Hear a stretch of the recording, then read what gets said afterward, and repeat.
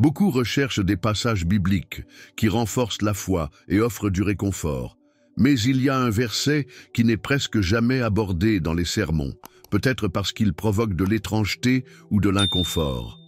Il se trouve dans le livre d'Amos et expose une vérité profonde qui peut changer notre façon de voir l'espoir et le jugement.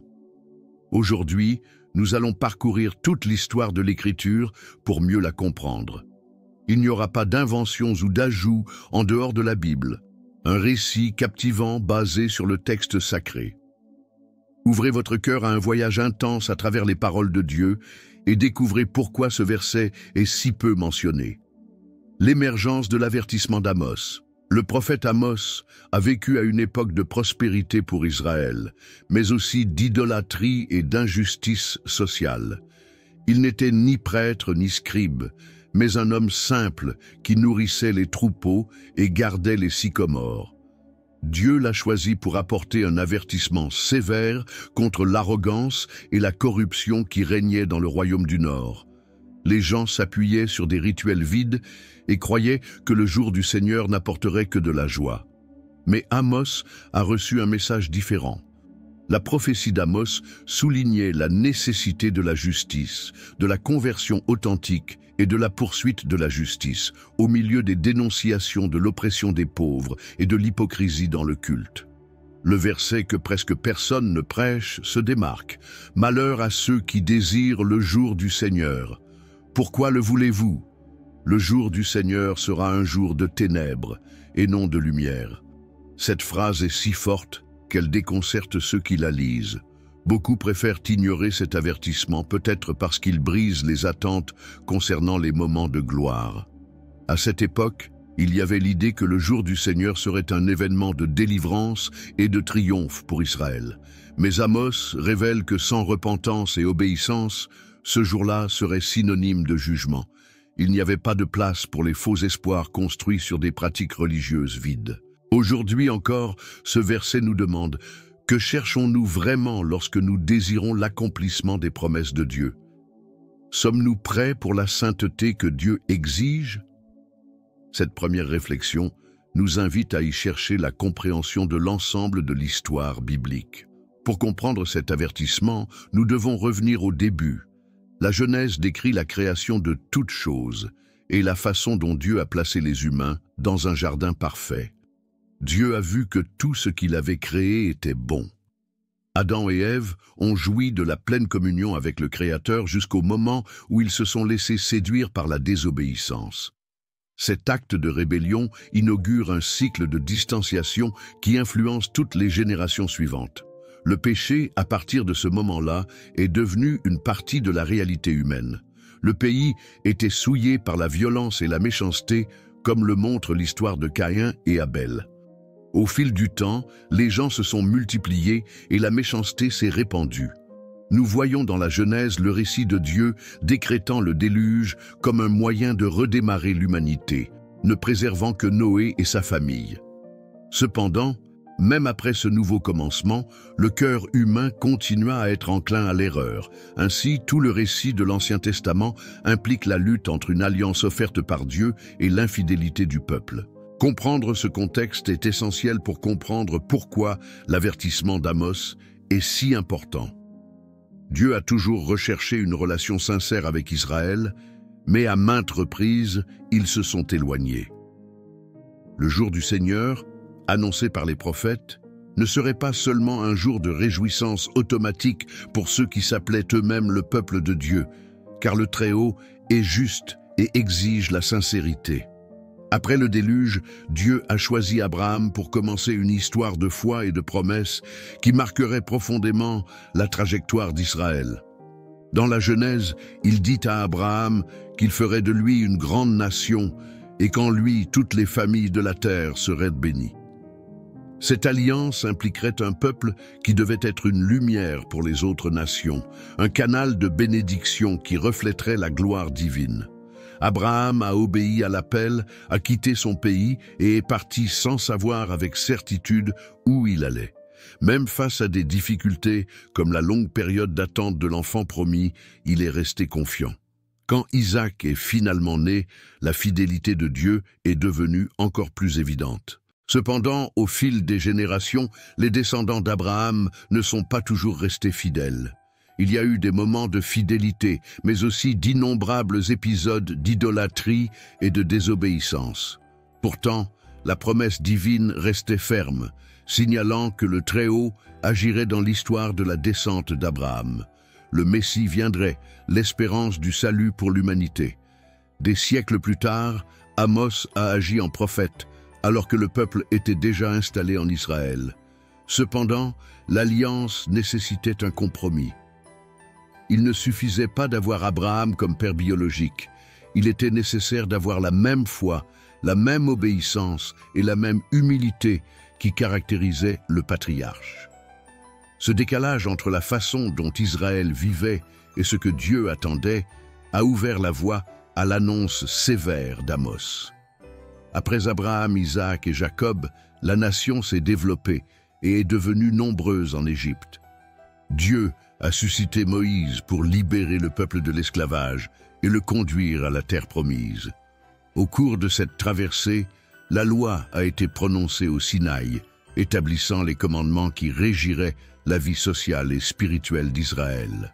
Même après son arrivée en Canaan, une nouvelle phase a commencé, au cours de laquelle le peuple a commencé à être gouverné par des juges, puis par des rois. Au cours de cette période monarchique, des prophètes ont surgi qui ont crié à la fidélité et à la justice. Élie, Élisée, Isaïe, Jérémie et d'innombrables autres messagers ont été suscités en temps de crise morale. Amos est parmi eux, avec pour mission d'avertir le royaume du Nord de ses péchés. Son livre n'est pas long, mais le message qu'il apporte est direct et tranchant. Il a souligné l'hypocrisie dans les sacrifices, l'exploitation des nécessiteux et le faux sentiment de sécurité qui dominait le peuple. Il a parlé clairement de la tromperie de faire confiance à un jour du Seigneur plein de gloire et sans conséquence pour le péché. L'argument était que la justice ne s'exprimait pas dans de simples traditions extérieures, mais dans des cœurs changés. Les prophéties d'Amos ébranlèrent le peuple qui ne s'attendait pas à une telle rigueur. Cet impact est dû au fait que le message continue de parler d'authenticité et de respect de la volonté de Dieu. L'importance. Le texte se termine ici avec le reste de la phrase manquant. Jugement divin. La mention du jour du Seigneur se réfère au jugement définitif qui, selon divers textes prophétiques, s'abîmera sur Israël et sur les nations. Dans de nombreux passages bibliques, ce jour est décrit comme un temps de restauration pour ceux qui marchent dans l'obéissance, mais aussi d'obscurité pour ceux qui ignorent la justice. Oui, Amos met en garde. Ne vous laissez pas tromper par un triomphalisme vide. Si tu n'abandonnes pas le péché, tu feras face à la colère. L'idée du jugement divin n'était pas nouvelle. En Éden, Dieu avait déjà établi que la rébellion aurait des conséquences. À l'époque de Noé, le déluge était le résultat de ce jugement. À Sodome et Gomorrhe, il y a eu des destructions à cause de la corruption qui s'est emparée des villes. Et tout au long de l'histoire d'Israël, chaque fois que le peuple a rompu l'alliance et ne s'est pas repenti, il a fait face à l'exil, aux invasions et aux calamités. Le discours d'Amos est donc enraciné dans la cohérence divine. Dieu ne change pas et ne tolère pas la méchanceté. Le prophète avertit que désirer le jour du Seigneur sans tenir compte du repentir est une folie. C'est pourquoi le texte est si dur et peut-être si peu mentionné. Cela nous oblige à analyser notre conduite et les intentions du cœur. La véritable espérance biblique n'est pas basée sur des rituels vides, mais sur des cœurs soumis et obéissants. Le rôle de la sainteté. La sainteté signifie la séparation du péché et le dévouement total à Dieu. Dans l'histoire biblique, nous voyons à plusieurs reprises l'exhortation « Soyez saints, car je suis saint ». Le peuple d'Israël était appelé à être un peuple saint et distinct des pratiques païennes. Dans le Lévitique, le Deutéronome et la plupart des écrits de l'Ancien Testament, la sainteté n'était pas seulement un ensemble de règles, mais la condition pour rester proche du Créateur. Amos, en désignant le jour du Seigneur comme des ténèbres, montre qu'il ne suffit pas d'avoir l'étiquette du peuple de Dieu sans sainteté. Un tel jour apporterait du malheur, pas de la joie. Cet avertissement ébranle ceux qui pensent que le simple fait d'appartenir à une tradition religieuse garantit la bénédiction. La sainteté est liée à une vie d'amour pour son prochain et de communion avec Dieu dans les moindres détails. Ce n'était pas quelque chose qui se limitait au temple ou au sacrifice, mais une posture intégrale d'honnêteté et de justice. Ainsi, ce verset, peu prêché, soulève une question personnelle. Désirons-nous la venue du Seigneur parce que nous voulons être totalement abandonnés à sa volonté ou parce que nous imaginons recevoir des récompenses sans transformation? La sainteté s'oppose à notre superficialité en montrant que les yeux de Dieu voient ce qu'il y a de plus profond et lorsqu'il vient, il juge parfaitement. Le message d'Amos ne se limite pas aux peuples anciens, mais résonne dans tout le Nouveau Testament, qui insiste également sur la pureté du cœur, comme signe d'une foi authentique. La persistance de la miséricorde. Malgré les avertissements sévères, il y a une caractéristique fondamentale de Dieu qui apparaît dans toutes les Écritures. Il est miséricordieux et lent à la colère. Même au milieu des prophéties de jugement, nous percevons l'offre de pardon de Dieu à ceux qui se repentent. De nombreux prophètes, dont Amos, font allusion à l'espoir que le Seigneur rétablira Israël s'il y a un retour sincère. Un plus grand exemple de cette miséricorde apparaît dans plusieurs passages, comme dans le livre de Jonas, dans lequel Dieu décide de ne pas détruire Ninive après que la ville se soit humiliée dans le jeûne et la repentance. Ce principe imprègne toute l'histoire biblique. Chaque fois que les gens se tournent vers Dieu, il les accueille à bras ouverts. Il n'en serait pas autrement. Autant qu'il annonce la destruction, cela révèle aussi la possibilité de chercher Dieu. Dans un passage, le prophète dit « Cherchez le Seigneur et vivez ». Cette même logique s'applique à ce jour. Même s'il y a un jour de jugement, même si les prophéties indiquent la nécessité d'une correction, Dieu, dans sa longanimité, est toujours prêt à pardonner. L'avertissement sur les ténèbres du jour du Seigneur n'a pas pour but de nous chasser, mais de nous éveiller à la réalité de Dieu saint qui désire les cœurs sincères. La trajectoire d'Israël a été marquée par des rois qui se sont égarés, mais aussi par certains qui cherchaient Dieu de tout leur cœur. Josias était l'un d'entre eux, trouvant le livre de la loi et promouvant une réforme spirituelle en Juda. Ézéchias excellait également dans le rétablissement de l'adoration authentique et la destruction des idoles. Ces exemples montrent que même lorsque tout semblait corrompu, il y avait une possibilité de changement. Amos ne nomme pas directement ces rois, car il était concentré dans le royaume du Nord, qui avait des dynasties différentes de celles de Juda. Pourtant, le principe demeure. Lorsque des dirigeants ou des dirigeants appellent le peuple à la repentance, Dieu répond. C'est clair dans tous les livres des rois et des chroniques. Lorsque le peuple s'est rendu, il y a eu un renouvellement de l'alliance. Cependant, dans les terres du Nord, le peuple n'a pas entendu la voix d'Amos. Ils ont continué à compter sur des sacrifices qui ne reflétaient pas une vie changée. Ils rejetèrent les paroles du prophète, le considérant comme un homme gênant. Mais l'histoire retiendra que plus tard, le royaume du Nord est effectivement tombé aux mains des Assyriens, montrant que le jour du Seigneur a de graves conséquences pour ceux qui ignorent la justice. Aucune onction apparente n'absout les gens de la responsabilité de vivre en conformité avec la volonté divine. Tout au long de l'Ancien Testament, le jour du Seigneur est mentionné dans des livres tels que Joël, Ésaïe, Sophonie et Malachie. Chacun d'entre eux apporte des tons d'espoir et d'avertissement, montrant que le jour de Dieu est un temps de jugement, mais aussi de libération pour ceux qui le cherchent. Dans Joël, par exemple, il est question de l'effusion de l'Esprit et en même temps d'une armée d'invasion qui apportera la destruction. Dans Isaïe, il y a des références à la restauration future, mais aussi à des avertissements concernant le jugement. Cette dualité reflète la justice et la miséricorde divine. Pour ceux qui se soumettent, Ce jour peut être l'accomplissement de toutes les promesses. Pour ceux qui restent dans la dureté de cœur, ce sera un temps d'affliction. Amos se concentre davantage sur le côté de la punition, car il a prêché à un peuple convaincu qu'il serait immunisé. Il avait besoin de démasquer cette fausse sécurité. La Bible ne cache pas la gravité du jugement et, en même temps, ne manque pas d'annoncer l'espérance. Ce mélange de peur et d'attente montre qui est Dieu, souverain, zélé et plein de compassion. Mais la porte de la faveur divine est la repentance, pas l'orgueil. Le verset que personne ne prêche attire donc l'attention sur le risque de penser que la simple formalité du service garantit la bénédiction. L'essence a toujours été dans le cœur et dans l'obéissance.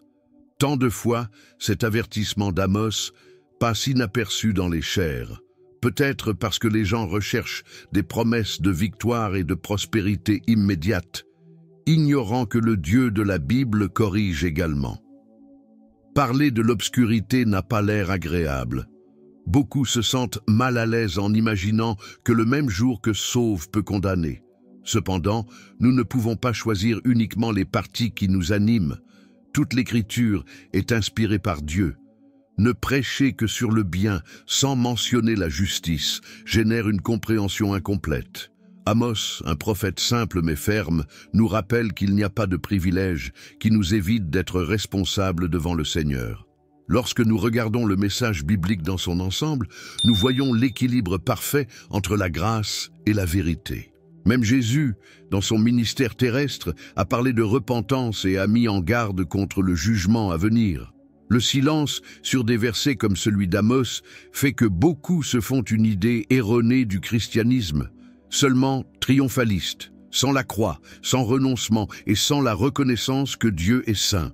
C'est peut-être pour cela que ce passage dérange tant. Si le jour du Seigneur est si craint, il y a de l'espoir, oui. Car le même Dieu qui exécute le jugement offre aussi la rédemption. À Amos, il est fait mention d'un avenir dans lequel Israël serait restauré. Chez d'autres prophètes, nous trouvons la vision d'un royaume éternel de paix et de justice. Et, alors que nous avançons vers le Nouveau Testament, le Messie promis arrive enfin, apportant le salut à la fois aux Juifs et aux gentils. Le message de Jésus est dans la lignée de ce que les prophètes ont annoncé. Repentez-vous, car le royaume de Dieu est proche. L'Évangile n'annule pas le principe de sainteté, mais le confirme. Le Christ offre le pardon, la guérison et la délivrance. Mais il vous instruit également à vivre dignement. Il parle d'un jour où il séparera les brebis des chèvres, et beaucoup seront surpris de constater qu'elles n'étaient pas préparées. Ainsi, l'avertissement d'Amos, bien que dur, n'est pas la fin de la ligne. Elle nous éveille à l'urgence de rechercher la communion avec Dieu. Si les habitants du royaume du Nord avaient écouté, ils auraient pu éviter la captivité. Aujourd'hui, nous pouvons entendre la même voix et réaligner nos vies en fonction de la parole. L'espérance naît donc d'un cœur brisé qui accueille la grâce et se soumet à la Seigneurie divine. Dans le Sermon sur la montagne, dans des passages comme Matthieu 7, le Messie souligne que ce n'est pas celui qui lui dit « Seigneur, Seigneur » qui entrera dans le royaume des cieux, mais celui qui fait la volonté du Père. Cette exhortation fait écho à la même idée. Il ne sert à rien d'avoir l'apparence de la religiosité sans une véritable obéissance. Quand Jésus parle de l'avenir, il décrit des moments difficiles où beaucoup seront offensés. Il mentionne que l'amour de beaucoup se refroidira à cause de la multiplication de la méchanceté. Il nous avertit également que nous devons être vigilants, car nous ne connaissons ni le jour ni l'heure où il reviendra. Il s'agit de la peur contenue dans le verset d'Amos, car le jour du Seigneur peut surprendre ceux qui ne sont pas vraiment engagés. La grande différence dans le Nouveau Testament est qu'en Christ, nous avons un accès direct à la réconciliation. Il est le sacrifice parfait qui apaise la colère divine pour tous ceux qui croient. Mais la vraie foi implique un changement de vie. Il ne s'agit pas de suivre des règles pour mériter le salut, mais de montrer que la grâce nous a atteints et nous transforme. Pourtant, l'avertissement prophétique reste vivant, car Dieu n'est pas satisfait des apparences, mais de ceux qui vivent en esprit et en vérité. Les écrits de Paul, de Pierre, de Jacques et de Jean maintiennent le même ton d'équilibre entre promesse et avertissement. Paul parle de la venue du Seigneur comme d'un événement soudain qui prendra au dépourvu ceux qui ne veillent pas. Il insiste sur le fait que nous ne devons pas attrister le Saint-Esprit, mais marcher dans l'amour, l'humilité et la fidélité. Pierre mentionne que beaucoup se moquent, disant que la promesse du retour de Jésus prend trop de temps. Cependant, il explique que Dieu est patient, ne voulant pas que personne ne se perde, mais que tout le monde vienne à la repentance. Jacques encourage les frères non seulement à écouter la parole, mais aussi à pratiquer. Jean parle de l'amour comme preuve de quelqu'un qui connaît Dieu. Cette unité de pensée renforce le fait que l'avertissement d'Amos n'appartient pas au passé. Le Nouveau Testament, tout en révélant la plénitude de la grâce, n'efface pas la nécessité d'une attitude sérieuse devant Dieu. Le jour du Seigneur, maintenant associé au retour du Christ, sera toujours un temps de jugement pour ceux qui croient et vivent la parole. Ce sera le couronnement de l'espérance pour ceux qui agissent superficiellement. C'est peut-être un moment de choc. L'histoire d'Israël reste pertinente pour nous rappeler que nous ne devons pas embrasser une sécurité illusoire. En regardant en arrière, nous voyons qu'Israël a répété à plusieurs reprises l'erreur de penser qu'il avait une protection inconditionnelle. Après la captivité assyrienne du royaume du Nord, Juda, le royaume du Sud, a également été emmené en exil à Babylone parce qu'il a suivi le même chemin de péché. Les livres des Chroniques et des Rois montrent clairement que les transgressions constantes ont eu des conséquences douloureuses. L'idolâtrie et l'injustice sociale étaient parmi les principales causes de la colère divine. Les prophètes ont crié pour que le peuple se souvienne de l'alliance et vive en cohérence avec elle. Mais la répétition de mauvaises pratiques a abouti à la destruction et à l'abandon de la terre. Néanmoins, la miséricorde de Dieu s'est manifestée lorsqu'il a permis à un reste de retourner à Jérusalem. Les récits d'Esdras et de Néhémie montrent ce processus de reconstruction et de renouveau. Parfois, nous vivons aussi comme si nous étions immunisés contre les conséquences de nos choix. Le monde moderne présente des pièges similaires, le consumérisme, la vanité, l'indifférence. Le verset prononcé par Amos n'est pas un présage démodé, mais un rappel que la foi sans authenticité ne prévaut pas. De cette façon, l'histoire d'Israël sonne comme un miroir, nous incitant à revoir notre mode de vie. La peur de parler du verset, le texte original se termine ici, manquant le reste de la phrase du Seigneur. Que voulez-vous? Le jour de l'Éternel sera un jour de ténèbres et non de lumière. Il révèle notre tendance à fuir les sujets qui ne sont pas agréables à l'oreille. Certains chefs religieux préfèrent des discours toujours positifs, craignant de s'aliéner les gens avec des messages de jugement. Cependant, la Bible nous montre que l'amour de Dieu inclut la correction. Lorsque nous sommes confrontés à ce genre de passage, nous sommes amenés à nous demander « Cherchons-nous vraiment à connaître le cœur de Dieu ou voulons-nous simplement des bénédictions immédiates ?» Le message d'Amos brise le conformisme, disant qu'il n'y a aucun moyen de vivre en dehors des principes divins et d'espérer un avenir de protection totale. Nous devons assumer la responsabilité de nos attitudes. Cela ne signifie pas que nous devons vivre dans une panique constante, mais plutôt que nous ne devons pas tomber dans l'idée fausse que Dieu n'est qu'un pourvoyeur de faveurs. Le Seigneur exige la fidélité, l'humilité et la justice. Le prophète, par inspiration divine, a ébranlé les structures d'un peuple qui se croyait inébranlable. Cette même voix résonne à notre époque pour que nous n'acceptions pas le christianisme sans profondeur. Si toute la Bible, y compris les textes prophétiques, est toujours d'actualité, comment pouvons-nous appliquer le message d'Amos dans nos vies? D'abord, en réfléchissant à notre dévotion. Cherchons-nous une véritable relation avec Dieu ou nous appuyons-nous sur des rituels extérieurs? Il est essentiel de vérifier que notre pratique religieuse se traduit par l'amour pour les autres, l'intégrité et l'engagement envers la vérité. De plus, Nous devons nous demander si nous n'adoptons pas un état d'esprit triomphaliste qui ignore la nécessité d'une correction. Dieu, dans sa bonté, peut nous bénir de bien des façons, mais cela ne nous libère pas de vivre selon la parole. Nous devons également nous rappeler que le jugement divin n'est pas seulement un thème pour le passé ou pour que nous craignions un avenir lointain. Elle se manifeste à différents moments de l'histoire, montrant que chaque récolte est liée à ce que nous plantons. Les églises et les communautés chrétiennes d'aujourd'hui gagnent beaucoup lorsqu'elles abordent l'ensemble du conseil de Dieu, sans omettre les passages qui mettent l'accent sur la discipline et la révérence. Une foi mûre n'a pas peur des chapitres les plus difficiles, mais elle y voit une invitation à la croissance. La vérité biblique, même si elle est dure, conduit à la libération et à la rencontre de la volonté souveraine de Dieu. Le Nouveau Testament parle du jour du Christ comme de la consommation du dessein divin. Lorsqu'il reviendra chercher ceux qui lui appartiennent et juger le monde, Pierre dit qu'il viendra comme un voleur dans la nuit, prenant au dépourvu ceux qui n'attendent pas. Paul explique que les morts en Christ ressusciteront les premiers et qu'ensuite les vivants seront enlevés.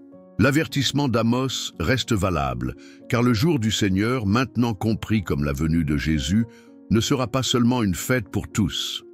Seuls ceux qui ont une relation sincère avec lui participeront à cette joie éternelle. Ceux qui vivent dans l'insouciance, même s'ils se déclarent chrétiens, peuvent être surpris, tout comme les Israélites ont été surpris par le jugement prophétisé par Amos. L'urgence du message demeure. Nous ne sommes plus dans le royaume du Nord, mais nous faisons face à des tentations similaires. L'orgueil, le matérialisme, le manque de compassion. Le jour du Seigneur sera un jour de gloire pour ceux qui aiment Dieu en vérité, mais il se peut qu'il soit un jour de ténèbres pour ceux qui refusent de marcher sur le chemin de la sainteté. Ainsi, le verset que peu de gens prêchent devrait être souvent retenu, car il souligne la nécessité de la vigilance et d'une authentique communion. La Bible met un point d'honneur à montrer que la foi authentique produit des fruits visibles. Dans l'Épître aux Galates, nous lisons au sujet du fruit de l'esprit: l'amour, la joie, la paix, la patience, la bonté, la fidélité, la douceur et la maîtrise de soi. Jacques souligne que la foi sans les œuvres est morte, et Jésus dit que l'arbre se reconnaît à son fruit. Ces passages s'harmonisent avec ce qu'Amos a tant prêché. Il ne suffit pas de parler au nom de Dieu. Il est nécessaire de démontrer ce lien à travers des choix quotidiens. La vie consacrée à Dieu n'est pas parfaite, car nous sommes tous susceptibles d'échouer, mais il y a une recherche constante de la justice et de la proximité avec le Créateur. Cette dédicace nous prépare à la rencontre finale. Lorsque nous comprenons la gravité et la beauté du sabbat, nous commençons à prendre les paroles bibliques plus au sérieux. Nous ne voulons pas vivre d'apparence, mais jouir de la plénitude de la marche avec Dieu. En Israël, à cette époque, beaucoup pensaient que les fêtes et les offrandes garantiraient la faveur divine. Cependant, le prophète Amos s'est écrié que Dieu rejetait ses services vides. La cohérence entre ce que nous professons et notre façon de vivre est le point central, même aujourd'hui. La question d'Amos reste valable. Pourquoi désirons-nous le jour du sabbat? Quelle est la motivation de notre cœur? L'une des marques les plus importantes dans toute l'Écriture est que Dieu est satisfait des humbles. Dans les Proverbes, nous lisons qu'il résiste aux orgueilleux, mais qu'il donne la grâce aux humbles. Dans les Évangiles, le Christ enseigne que le plus grand dans le royaume de Dieu est celui qui devient serviteur. L'arrogance et l'autosuffisance du royaume du Nord ont été décisives pour sa chute. Quand les gens se sentaient assez en sécurité, au point de penser qu'ils étaient au-dessus du jugement, ils montraient un cœur orgueilleux. Amos s'est heurté à cette arrogance, soulignant que la justice divine ne fait pas exception de personne. Les humbles reconnaissent leur état, crient pardon et abandonnent leur vie à Dieu. C'est le chemin pour recevoir la miséricorde et être restaurés. La révérence se manifeste dans l'adoration authentique et le respect des autres, alors que nous accomplissons le commandement d'aimer Dieu par-dessus tout et notre prochain comme nous-mêmes. Sans humilité et révérence, le jour du Seigneur se transforme en un cauchemar de ténèbres pour ceux qui insistent sur l'erreur. Par conséquent, regarder ce verset peu prêché est une façon de nous dépouiller de toute présomption. En nous souvenant que sans Dieu, nous ne pouvons rien faire, nous arrivons à la fin de ce voyage à travers les Écritures, en observant comment l'avertissement d'Amos se connecte à l'ensemble du récit biblique. Le verset que personne ne prêche ne doit pas nous effrayer sans raison, mais plutôt nous conduire à la repentance, à la sainteté et à une véritable relation avec Dieu. Cela fait écho à la vérité que le jour du Seigneur n'est pas une date de fête pour ceux qui vivent selon l'apparence, mais une célébration glorieuse pour ceux qui marchent en communion sincère avec le Créateur. Malgré le ton du jugement, l'espérance brille, car le même Dieu qui a jugé Israël a envoyé son Fils pour racheter le monde. En Christ, nous avons le pardon et l'accès au trône de la grâce. Cependant, ce privilège ne signifie pas que nous pouvons vivre sans responsabilité. L'avertissement d'Amos reste valable pour toute la génération qui se considère inaccessible.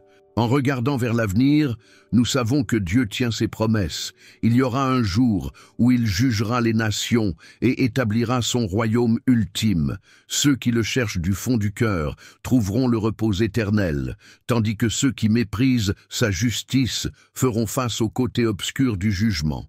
Le choix nous appartient, et la Bible n'omet pas ce message.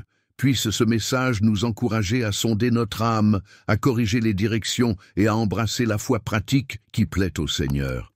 Le livre saint déborde d'amour et d'avertissement, et les deux sont précieux pour ceux qui souhaitent vivre d'une manière qui honore le Créateur.